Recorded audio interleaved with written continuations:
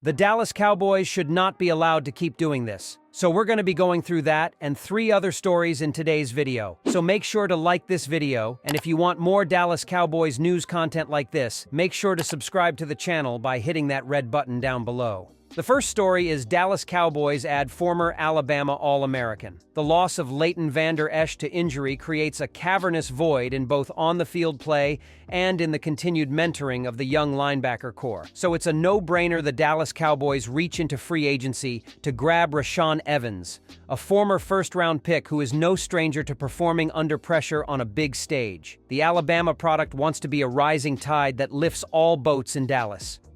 "I could play this week if I wanted to," said Evans on Thursday, following his first practice with the team. That's likely true, but the final decision will be made by head coach Mike McCarthy, as Evans readily admits, as they see how he progresses in practices this week ahead of a critical matchup against the Los Angeles Chargers on Monday night. At the end of the day, it's all about the coach's decision, as far as what they want to do schematically, he added. "I'm trying to take it as slow as possible. It's always a preparation situation when coming from being on the couch to full-fledged football. I'm actually enjoying the process of getting back to work and doing the little things to prepare for a game." Evans, 27, is a 2-time national champ who is no stranger to getting the job done, and he joins the Cowboys having produced in 67 starts through his first 5 seasons, and that includes posting career-high numbers in both combined tackles, solo tackles, pass breakups, and fumble recoveries. Asked what's the biggest attribute he brings to Dallas, he was unequivocal. "Physicality," he said. "I try not to be too savvy in my words about my play, and I try to leave it up to what I've shown on TV, but I can't wait for that opportunity to come." Along with that comes an opportunity, as noted above, to mentor players like Damone Clark and Malik Jefferson, as well as Michael Jones on the practice squad, and even safety Marquise Bell, who is getting a ton of work with the linebackers in 2023. "It's absolutely important, especially for the young guys," said the former All-SEC talent. "I try to give them advice about my own career and about preparing for a game and the standard that comes with the game. Just have patience with yourself. As soon as I got into the facility, they were already asking, 'Why were you out?' I told them, 'That's just the league, man. It's a business at the end of the day, so make sure you're prepared at all times.'" It is a business indeed, as evidenced by the fact Evans began the month of September with the Philadelphia Eagles before being released, opting to then wait for the right opportunity to present itself before inking another deal. After choosing to part ways with his former agent and signing with new representation, he was met with a call from the Cowboys. He couldn't say yes fast enough. "It means a lot for the Cowboys to see something in me and bring me on board," he said. "It's an exciting moment for me. It won't take me too much to get up to speed. I've been training all season to be a part of somebody's team. And now that I have an opportunity to be a part of the Cowboys, I'm ready whenever they're ready." There's also the added motivation of his family, as Evans explained. "It's funny to have an opportunity to play for the Cowboys because my mom loves them, my family loves them, and they're very excited for me to be a part of this organization. This is not the first time the two sides have had talks. In 2018, he and the Cowboys had a visit heading into that year's NFL draft. The former first-team All-American would later see the linebacker-needy Cowboys select, guess who? Leighton Vander Esch, with the 19th overall selection, leading to the Tennessee Titans taking Evans off of the board 3 picks later at 22nd overall. 5 years later, Evans is in Dallas to help fill the void created by an injury to Vander Esch. They were definitely one of the teams I would have loved to play for, and it's so funny how things come full circle, to be able to have the opportunity now to come play for the Cowboys," said Evans.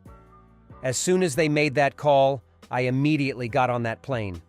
As for what he witnessed on Sunday night from the confines of his home in Atlanta, Evans is not only starved to get onto the field to help the Cowboys right their defensive ship, but he also doesn't believe the 42-point explosion by San Francisco is indicative of what Dallas's defense truly is. "I still think this is an elite defense," he said. "Anywhere that I can try to fit in and help out, that's what I'm here to do. I'm a rep guy.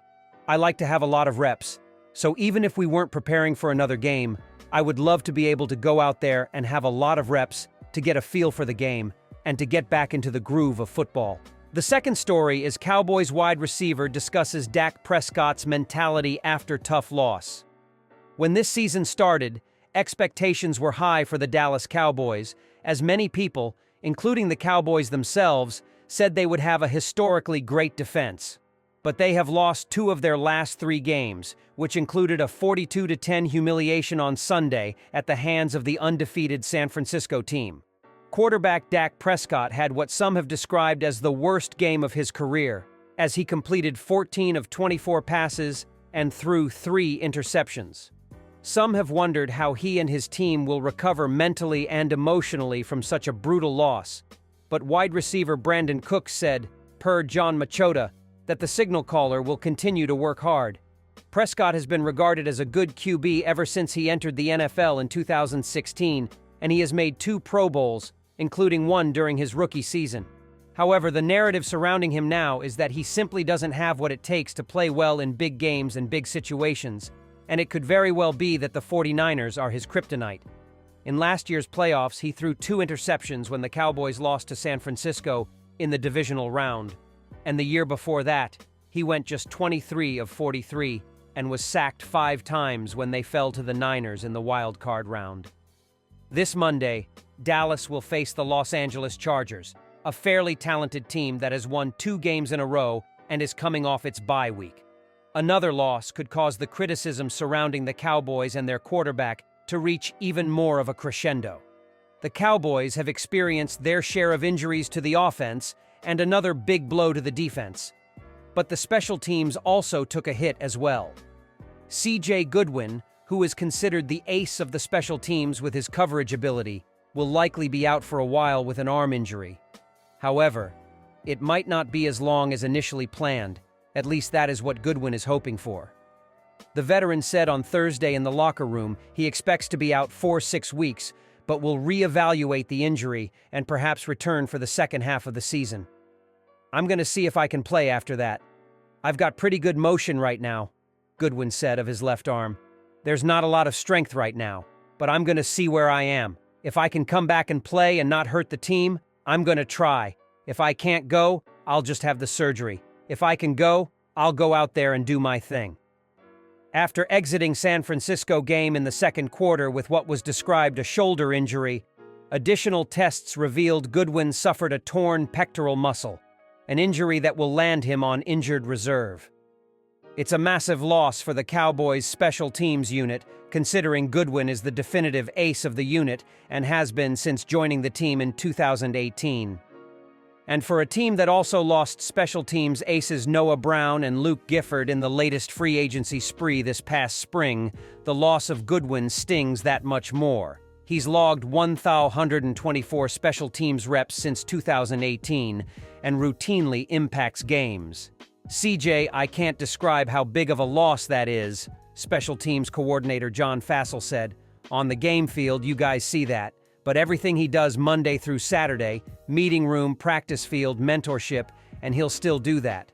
But we'll miss him on game days. It's hard one to say, hey, you do this job? He's just different. He's very special."